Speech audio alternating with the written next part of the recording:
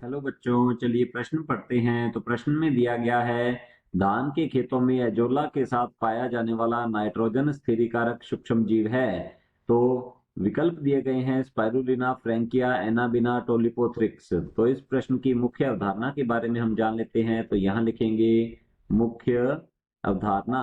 इस प्रश्न की मुख्य अवधारणा है हमारे पास सहजीवी नाइट्रोजन, सहजीवी नाइट्रोजन नाइट्रोजन स्थिरीकरण। सहजीवी नाइट्रोजन स्थिरीकरण में हम मुख्यतः कह सकते हैं कि इसमें नाइट्रोजन स्थिरीकारक जीवाणु जो होते हैं, नाइट्रोजन नाइट्रोजन स्थिरीकारक स्थिरीकारक जीवाणु, नाइट्रोजन स्थिरीकारक जीवाणु और पादप जो हैं इनके मध्य सहजीवन पाया जाता है। तो नाइट्रोजन स्थिरीकारक जीवाणु और पादपों के मध्य सहजीवन पाया जाता है।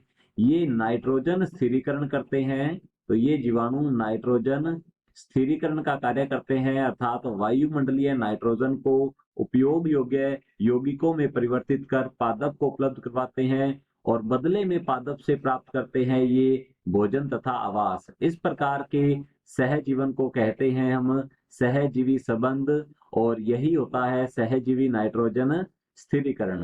तो इसका हम एक उदाहरण ले सकते हैं यहाँ पर। तो उदाहरण के तौर पर हम यहाँ लिख सकते हैं, जैसे कि एक पादप होता है एजोला।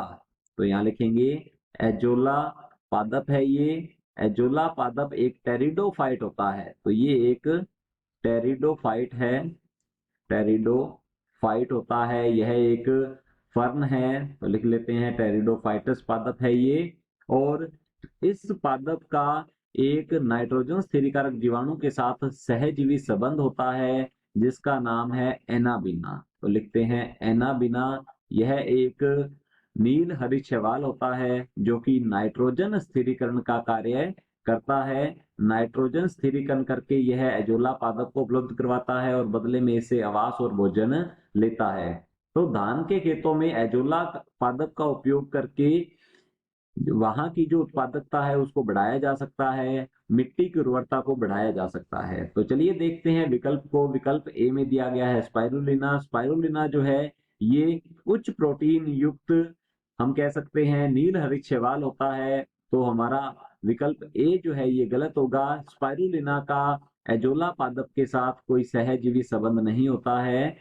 बी दिया गया है फ्रैंकिया। फ्रैंकिया जो है इसका एल्नस पादप, एल्नस पादप जो है इसकी मूल ग्रंथिकाओं के साथ सहजीवी संबंध होता है। वहां रहते हुए यह नाइट्रोजन स्थिरीकरण करता है। तो हमारा बी विकल्प भी गलत होगा। सी विकल्प दिया गया है एनामिना। तो हमारा सी विकल्प जो है ये बिल्कुल सही उत्तर है, जैसा कि हमने अभी समझा है। और डी दिया गया है टोलिपोथ्रिक्स। तो टोलिपोथ्रिक्स जो है यह भी एक प्रकार का नाइट्रोजन स्थिरीकारक जीवाणु है, परंतु इसका एजोला पादप के साथ सहजीवी संबंध नहीं होता। तो हमारा डी विकल्प भी गलत होगा। विकल्प सी बिल्कुल सही उत्तर है। आशा करता हूं आपको समझ में आया होगा। धन्यवाद।